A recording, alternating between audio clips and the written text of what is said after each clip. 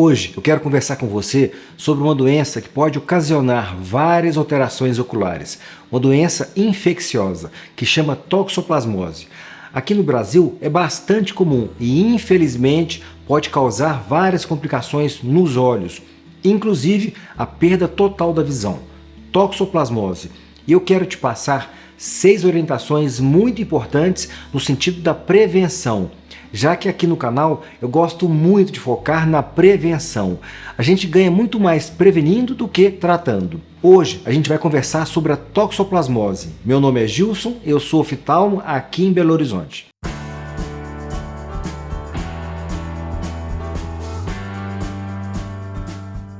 Toxoplasmose é uma doença causada pelo Toxoplasma gondii. Ele é o agente etiológico. Esse parasita é um protozoário intracelular obrigatório.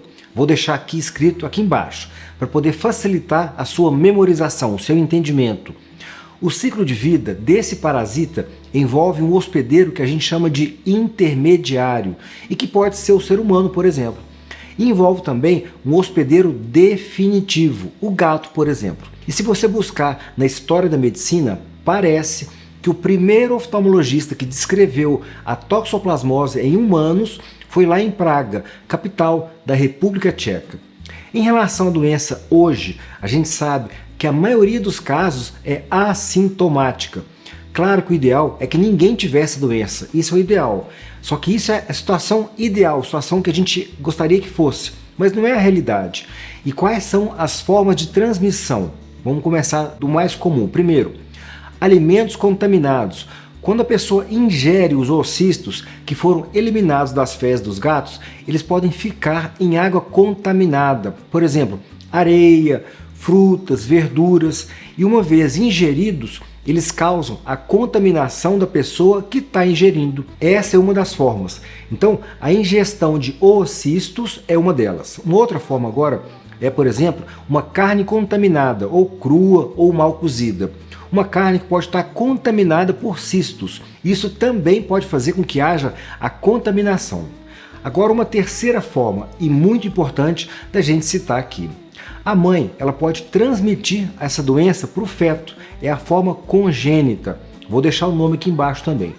Infelizmente, é uma forma bem grave de transmissão da doença. Pode causar, inclusive mesmo, uma situação triste, pode causar um aborto.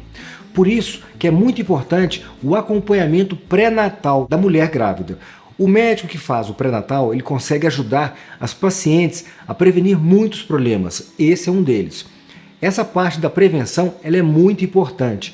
E eu gosto muito de focar na prevenção. Eu tenho vários vídeos de vários assuntos sobre isso, sobre prevenção, onde o foco é a prevenção. No meu Instagram tem muita coisa sobre isso. Quem gostar, confere lá. E para quem gostar de Instagram, vai lá e confere o meu. Todo dia eu deixo alguma orientação ligada à medicina, saúde, nutrição, tudo que tiver alguma ligação com os nossos olhos e com a nossa visão, eu deixo lá no Instagram. E acompanha também os stories. Muitas perguntas que as pessoas me fazem, eu gosto de responder através dos stories.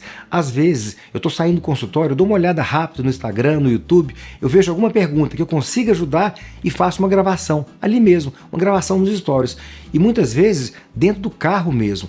Aí eu deixo a resposta ali nos stories ou até mesmo em forma de reels. Enfim, acaba que ajuda muitas pessoas. E ao invés de responder só uma pessoa, eu faço de uma forma que várias pessoas possam ter acesso. Então, eu uso muito. Bom, agora a quarta forma que eu quero falar aqui hoje é mais rara. E eu estou me referindo à transmissão sanguínea. As duas formas principais de transmissão são as primeiras que eu citei, são as principais, tudo bem? Agora, por que essa doença é tão importante no nosso meio? E agora eu vou focar na minha área, na oftalmologia. Uma das razões é que no Brasil a gente tem muitos animais que vivem soltos pela rua. Isso é triste, uma situação difícil. E isso faz com que a quantidade de casos que a gente encontre não seja baixa, seja até alta. E recentemente a gente teve um surto de toxoplasmose em várias cidades aqui no Brasil, uma situação grave.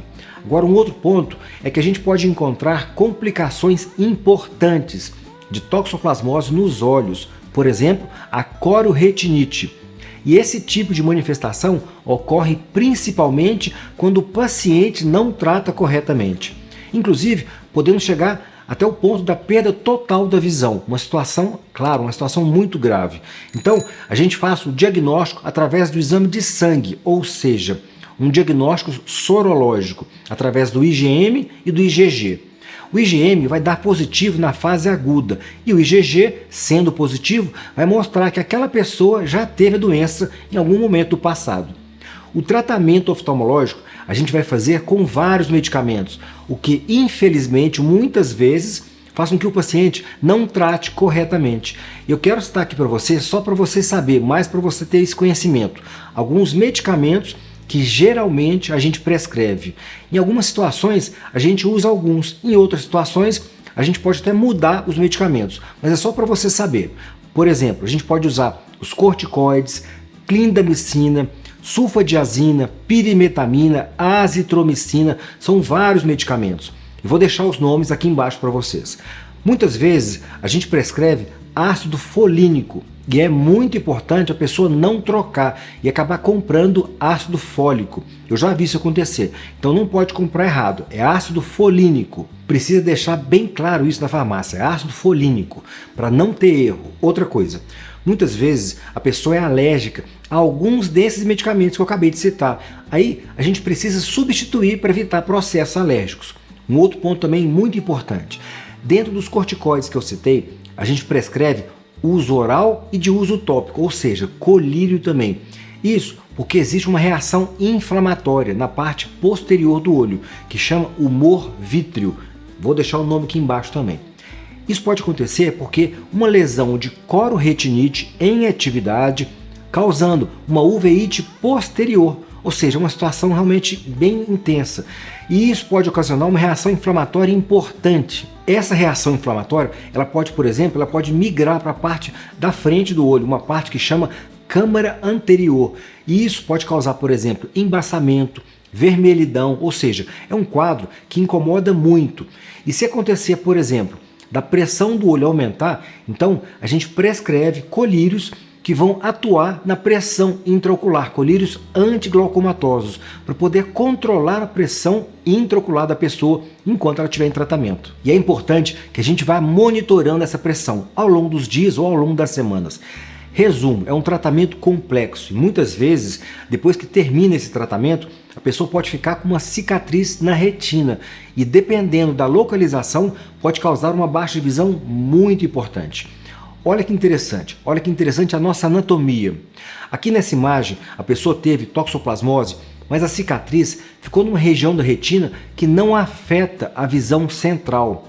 Agora, em compensação, nessa outra imagem, essa pessoa ficou com um déficit visual muito importante, muito grande, porque essa cicatriz ela ficou na parte mais importante da nossa visão, que a gente chama de fóvea, que fica dentro da nossa área macular, bem no centro da visão. Bom, como que eu faço para poder evitar isso? Eu quero passar para você agora 6 orientações de forma bem objetiva. Primeiro, para aquelas pessoas que têm gatos, é importante que a pessoa alimente os gatos sempre com ração ou carne bem cozida e nunca com carne crua ou mal cozida. E também limpar diariamente aquela caixinha de areia que eles usam. Segundo ponto importante, mulheres grávidas não devem realizar essa limpeza. Isso é importante também ficar bem claro. Terceiro, proteger sempre essas caixinhas de areia nessas áreas de recreação infantil, por exemplo, para evitar que os gatos de rua evacuem nesses locais. A criança, quando ela brinca num parque que tem essas áreas específicas com brinquedos e um banco de areia, muitas vezes acontece das crianças levarem a mão na boca. E se a mão estiver suja, pode levar esses esporocistos para a boca. E isso pode acabar contaminando a criança. Tudo bem? É importante ficar claro isso. Agora o quarto ponto, ingerir sempre água tratada ou fervida e carne sempre bem cozida. Quinto ponto, lavar sempre as frutas e os vegetais que vão ser consumidos com muita água corrente. Lavar muito bem para não ter contaminação. E o sexto ponto, lavar sempre as mãos com água e sabão, antes e depois de mexer, de manusear a carne crua. E na verdade, tem muito mais coisas sobre isso, muito mais coisas ligadas a esse assunto. Eu quis aqui salientar alguns itens, só para você ter noção como que funciona. Mas é claro, se a gente analisar como um todo, Tudo que eu falei aqui hoje vai girar em torno de higiene, sempre. Higiene. Higiene é a base de tudo. Ambientes que ocorrem, por exemplo, mosca, barata, muita sujeira, a gente precisa evitar totalmente isso. Quer ver mais um ponto? Muitas vezes as pessoas pensam que está tudo limpo, o ambiente pode estar limpo, pode parecer limpo. Mas só para você ter uma ideia, o simples fato de uma pessoa tomar leite de cabra sem ferver, uma coisa que aparentemente é inofensiva, pode acabar fazendo com que a pessoa se contamine. Entendeu como é que funciona? Higiene sempre. O mais importante é a prevenção. Higiene, limpeza, aspectos de deixar tudo limpo mesmo, principalmente se a gente estiver falando de mulheres grávidas. Bom, antes da gente finalizar, eu quero fazer uma homenagem aqui a dois grandes médicos oftalmologistas, os dois especialistas em uveíte.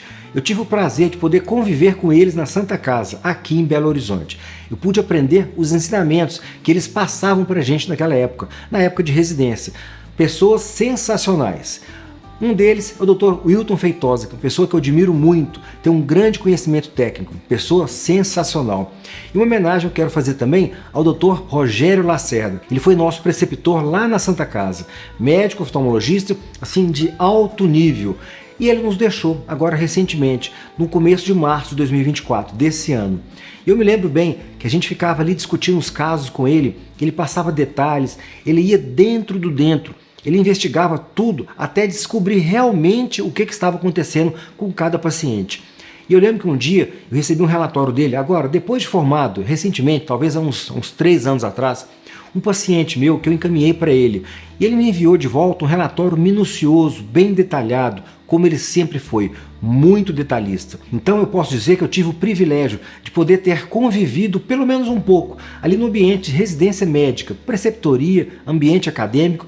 Eu pude ter convivido com ele, grande médico, tanto ele quanto o Dr. Wilton Feitosa, que nos ensina tanto até hoje. Olha, a vida é isso. A gente precisa estar atento para poder assimilar e poder reconhecer tudo de bom que passa pela gente.